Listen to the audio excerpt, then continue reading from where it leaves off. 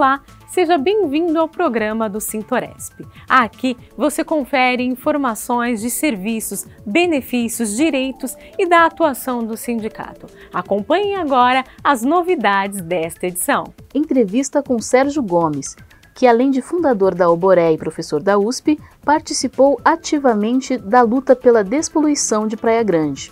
A reportagem da semana destaca a participação de nossa diretoria em manifestação pela defesa da Justiça do Trabalho.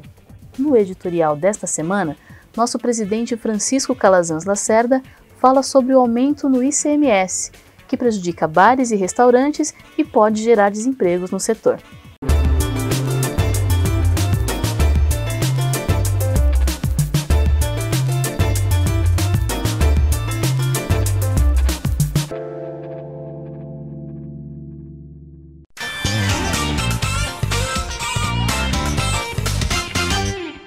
Companheiros empregados em hotéis, restaurantes, bares e similares de São Paulo, eu sou o Calazans, presidente, vocês conhecem, com certeza, né? E estou aqui para falar sobre...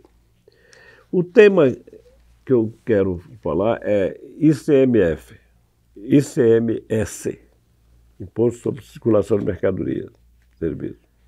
Bom, é o seguinte, existe há mais de 20 anos um tratamento especial para o setor, nosso setor de serviço, com relação a isso. E agora é o momento de uma prorrogação daquela política que vem sendo aplicada. E se isso não for prorrogado, porque há um certo benefício para os estabelecimentos, restaurantes e bares, né? Estabelecimentos pequenos, que empregam muito, né? Se não se mantiver esse sistema que existe há mais de 20 anos, isso pode afetar, inclusive, a empregabilidade. Então, nós estamos num momento em que o país precisa gerar emprego, significa que não é o momento de mexer com isso aqui.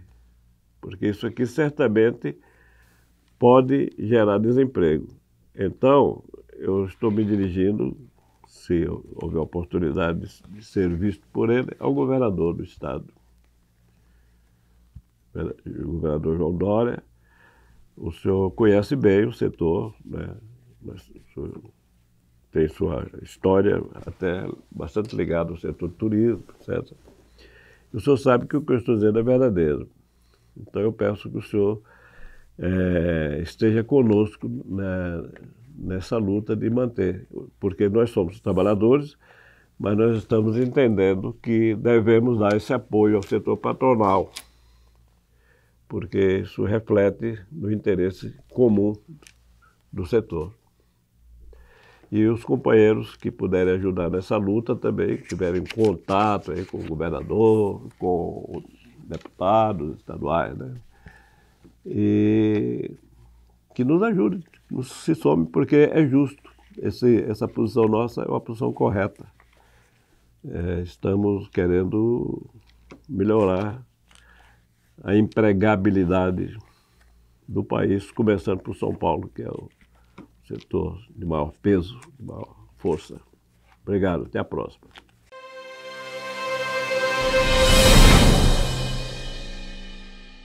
Muito bem, nós começamos mais uma entrevista do programa de TV do Sintoresp, programa entre 18 e 20 minutos que trata de assuntos ligados ao mundo do trabalho. Hoje nós vamos falar sobre a Praia Grande, a despoluição da Praia Grande. O sindicato agora, na virada do ano, inaugurou a piscina na colônia da Praia Grande e também abriu uma nova ala de apartamentos para os usuários. E tem projetos, inclusive, de ampliar aquela colônia importante, bonita e que agora está mais aparelhada, com mais equipamento de lazer para os trabalhadores. Aí eu pensei, as pessoas vão lá à Praia Grande, veem aquela colônia bonita, uma belíssima piscina, um restaurante panorâmico, e aí caminham lá em direção à praia, ali é praia de mar aberto, um belo do mar, e não sabem que houve uma luta, uma intensa luta para despoluir a Praia Grande.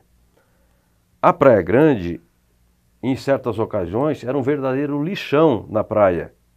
E os trabalhadores que frequentam a colônia, sobretudo na época de calor, época em que as bactérias, etc., proliferam, iam para o lazer e voltavam com doenças de pele, voltavam com micose, voltavam com uma série de problemas. Iam buscar o lazer e voltavam com doenças. E um grupo de pessoas resolveu encarar a luta pela despoluição da Praia Grande. Talvez o comandante dessa operação tenha sido esse camarada que está do nosso lado aqui, o Sérgio Gomes, jornalista Sérgio Gomes, que na época dirigia a Alboré. A Alboré era uma empresa que prestava assessoria sindical. Então eu queria que o Sérgio contasse aqui para a gente, dentro do espaço limitado que nós temos, por que se tomou a decisão de despoluir a Praia Grande e como é que foi essa luta, Sérgio?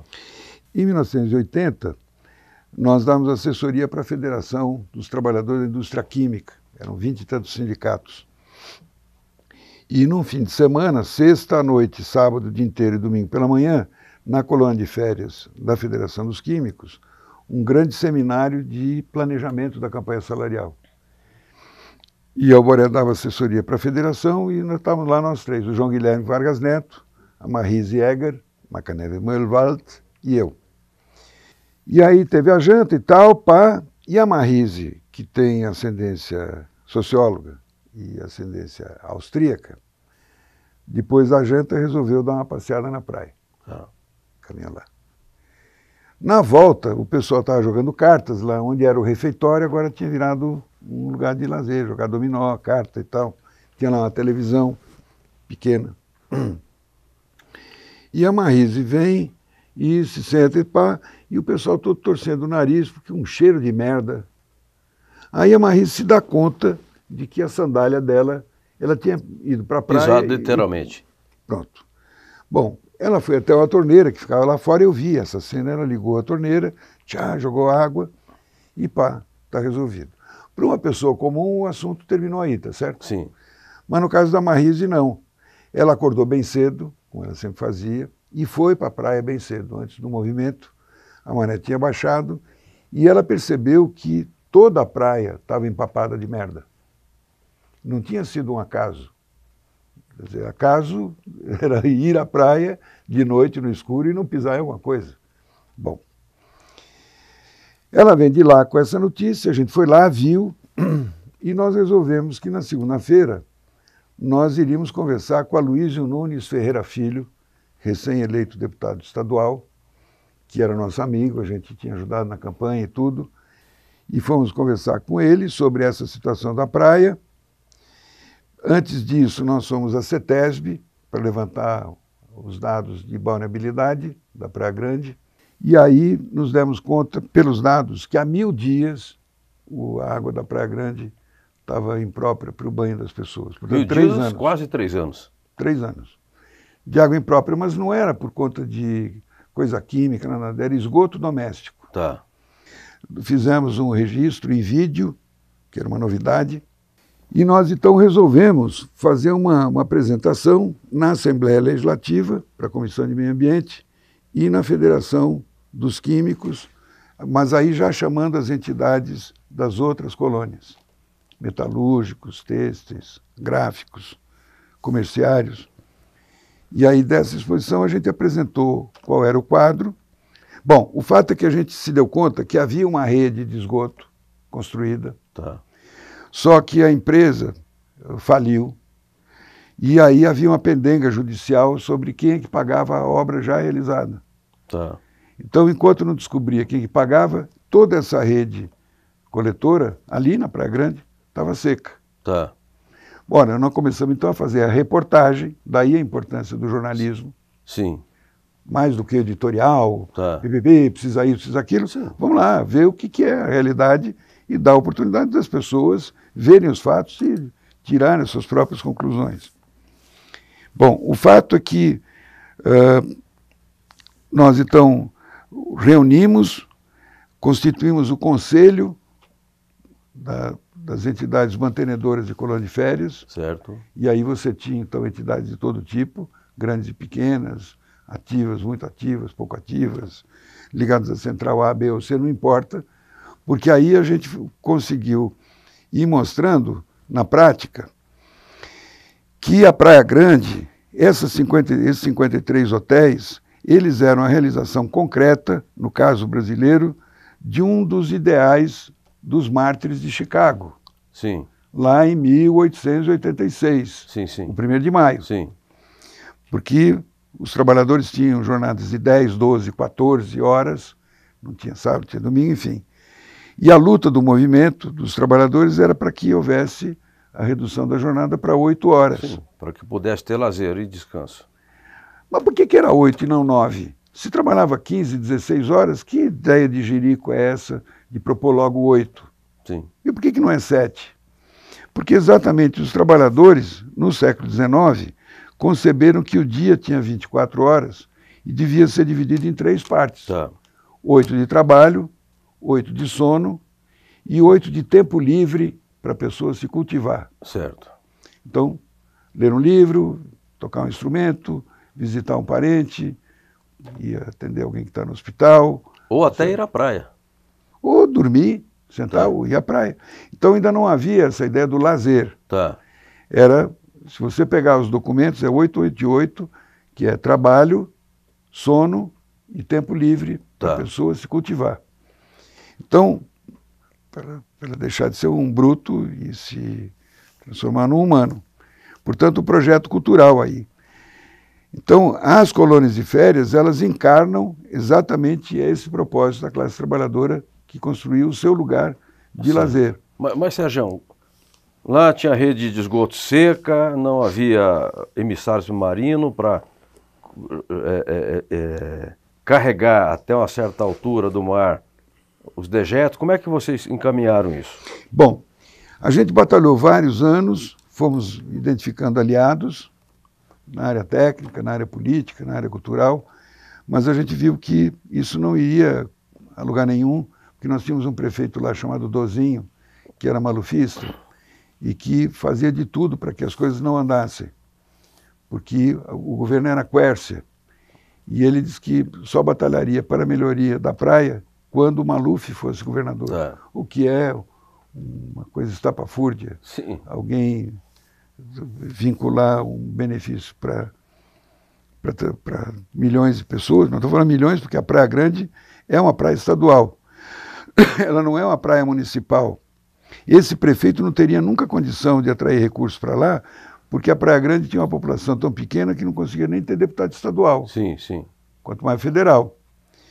Quando a gente levanta e mostra que essas 54 colônias, 53, representavam, tem um ali, que várias delas eram de federações, mais de 400 sindicatos. Sim. Fizemos o levantamento com a ajuda do Diese de quantos trabalhadores, qual era o salário, quanto é que recolhia de 8% quanto é que dava 8% do fundo de garantia, porque é o dinheiro do fundo de garantia que constituiu o BNH e de agora a Caixa. Portanto, todas as obras de saneamento, sim, água e esgoto no Brasil são financiadas com o dinheiro do trabalhador. Perfeito. O fundo de garantia. E a gente queria mostrar que a praia dos trabalhadores estava abandonada desse jeito. Sim. Em contraponto ao Guarujá, que tinha até jet ski. Sim, sim. Ah, não era só a questão da poluição, não tinha salva-vida. Tá. A média de mortes por afogamento na Praia Grande era 20 vezes maior do que no Guarujá. E a orla não tinha urbanização? Nada, nada. Então,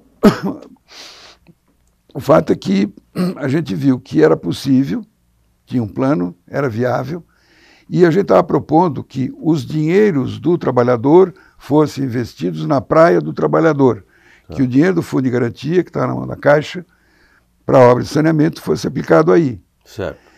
Esse 1,5 milhão de pessoas que frequentam a Praia Grande, era esse número na época, é do estado todo. Certo. Então, portanto, essa praia devia ser considerada como uma praia estadual e não meramente municipal. Sérgio, deixa eu só ser indelicado. Eu estou olhando aqui 5 minutos e nós vamos ter que botar todas essas informações em 5 minutos. Ó, eu tenho aqui a informação seguinte. O sistema de esgotos da cidade de Oceã, Vila Mirim, e ali influi toda a região, inclui o assentamento de 25 mil metros quadrados de redes coletoras. Que já E existiam. vem, depois de coletados, os esgotos serão encaminhados para um interceptor de 1.120 metros, portanto mais de 1 quilômetro de extensão, até uma estação elevatória, que é preciso fazer, que bombeará os detritos para uma estação de pré-tratamento junto ao rio Acaraú, através de um emissário construído pela Sabesp de 2.600 metros de extensão e 400 milímetros de diâmetro. Quer dizer, tem tudo isso, não é só fazer um emissário. Como é que foi fazer esse emissário? Esta obra já estava em andamento, Franzin, só que não havia jornal, não havia comunicação. Certo. Então nós falamos, quer saber? Isso só vai para frente quando a gente criar um jornal. E criamos um jornal chamado Sol e Alegria. Que é este jornal aqui. Este, que é um jornal Primeiro dos número. sindicatos. Sim. E esse é o número 0, que é de agosto de 88. Então, uma bela foto da Praia Grande, por isso, de longe, olhando de longe, beleza. Agora, se você vai de perto, está aqui os canos, perigo, que era o esgoto que vinha das casas das pessoas. Então, o fulano ia para a colônia de férias, acordava de manhã, ia para o banheiro, dava um cagalhão, apertava a descarga e ele ia se encontrar com o seu próprio cagalhão lá na praia. Sim, sim. Ele, opa, eu conheço você. Então, essa era a realidade, tá certo? Do operário brasileiro de férias. Bom, então, nós vamos fazer o jornal, que foi depois batizado de Sal e Alergia. Sol e Alegria. Na verdade, esse nome Sol e Alegria era uma homenagem ao João Guilherme. Sim, sim. Por uma história interessantíssima, Tá. que era de um cara que vendia umas revistas lá em Tombos, Minas Gerais, que vendia uva, fruta, e também por baixo umas revistas de naturismo. Sim, sim, sim. Então, chamada Sol e Alegria. Então tem aqui uma brincadeira também embutida nisso. O fato é que a existência desse jornal, que a gente manteve regular durante anos, mensal, ele foi dando passo a passo, e quem depois um dia, nós precisamos digitalizar isso para ficar à disposição, vai entender que a classe trabalhadora, nessa época, teve condições e realizou uma obra de recuperação do ambiente. Sim. Porque você tinha já nessa época, criação da Comissão do Meio Ambiente, etc., aparecendo os verdes, mas basicamente o pessoal era de manutenção do que restou, Mata Atlântica, mas nunca recuperação do que se estragou. Então, grande parte do movimento ambientalista literalmente cagava e andava para o movimento dos trabalhadores de água e esgoto. Sim. Também o que você tinha da chaminé para fora era chamado poluição. Da chaminé para dentro mudava de nome, era insalubridade. Então não se fazia conexão da luta dos trabalhadores no ambiente com o movimento geral do meio ambiente, que a gente passou a chamar de ambiente inteiro e não meio ambiente, foi logo o ambiente todo, como essa questão da luta pela balneabilidade da praia e a melhoria da qualidade do lazer dos trabalhadores. Sérgio, eu preciso finalizar aqui a entrevista, que nós temos um prazo, né, um implacável tempo. Queria que você se dirigisse, por gentileza, aos trabalhadores que utilizam a nossa colônia de férias, reforçar que foram os próprios trabalhadores, através das suas entidades de classe, que fizeram uma das maiores obras ecológicas da história brasileira. E valorizar essa experiência sindical. Pois é isso. Olha, na área sindical, na área da comunicação dos trabalhadores, eu só conheço uma pessoa que ainda insiste e persiste nesse tema, que é o Franzin. No mais, é como se esse fato, ocorrido há menos de 40 anos, tivesse desaparecido no poeirão, na neblina. Então, recuperar isto não é ficar saudosista, é dizer que ainda hoje, e digo mais, sobretudo hoje, é necessário que o movimento sindical, nessa época toda de dificuldades e recursos e tudo mais, consiga preservar esse seu patrimônio, saber que o poder público tem obrigações, porque a prefeitura sozinha não teria condição de ter levado para lá 400 milhões de dólares, que foi quanto a gente conseguiu levar de recursos.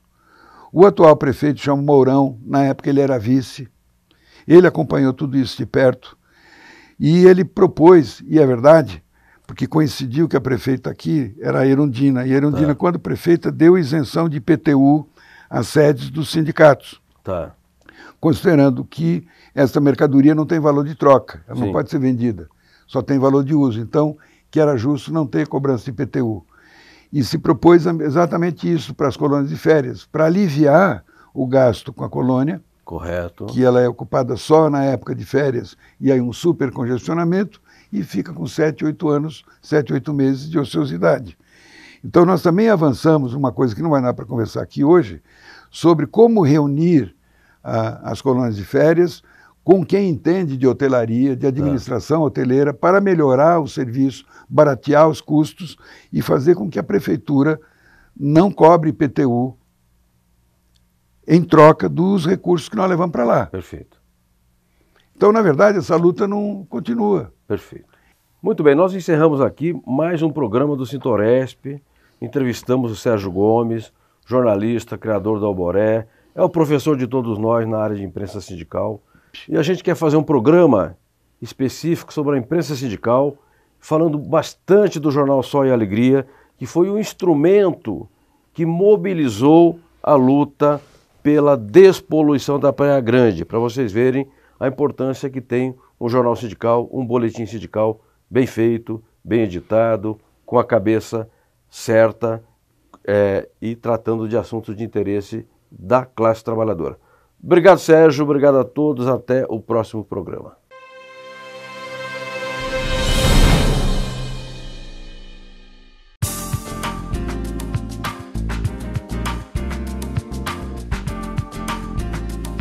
O Sintoresp participou nesta manhã de um ato em defesa da Justiça do Trabalho. O ato reuniu centenas de pessoas convocadas por entidades do movimento sindical, magistrados e operadores do direito, em frente ao Fórum da Barra Funda.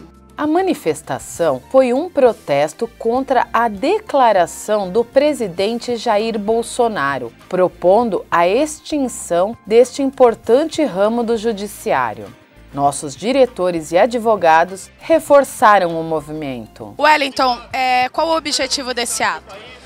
Aqui hoje, na realidade, foi lançada a peça fundamental em pró da defesa da Justiça do Trabalho.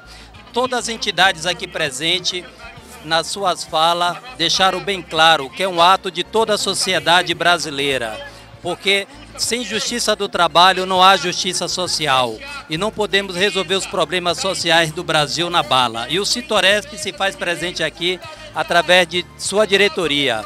Isso é muito importante, a unicidade da sociedade em prol da defesa dos nossos direitos civis. Qual a importância do Sintoresp estar participando desse ato aqui, representando os trabalhadores hoteleiros?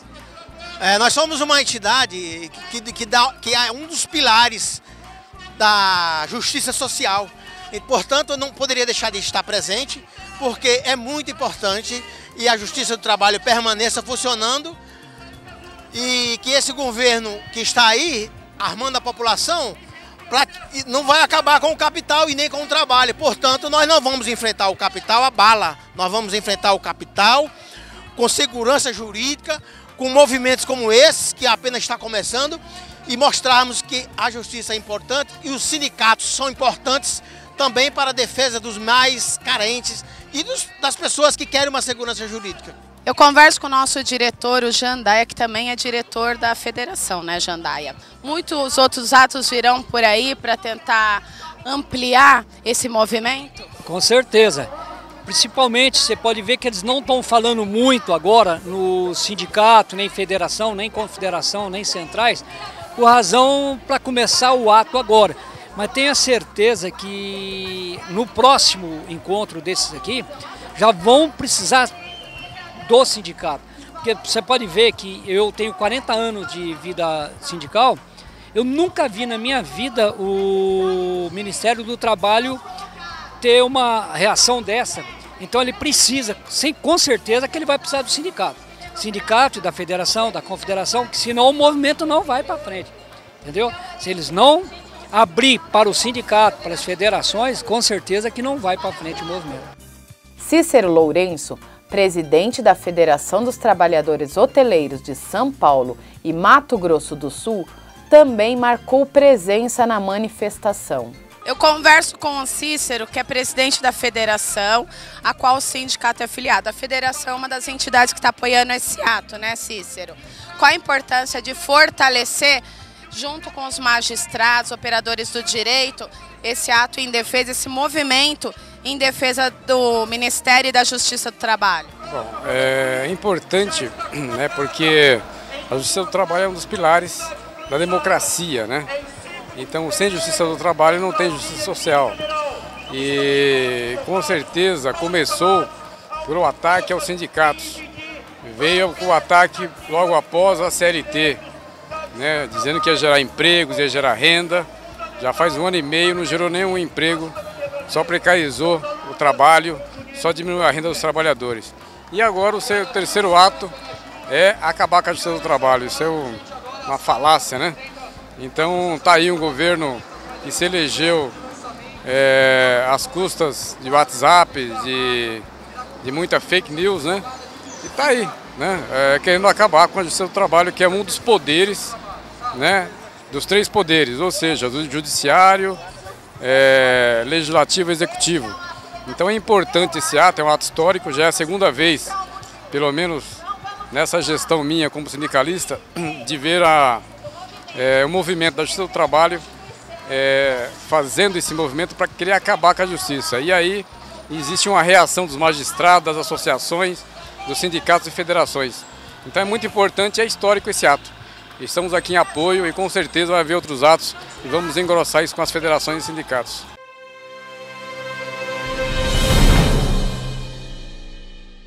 Termina aqui mais um programa do Sintoresp. Uma ótima semana a todos e até a próxima!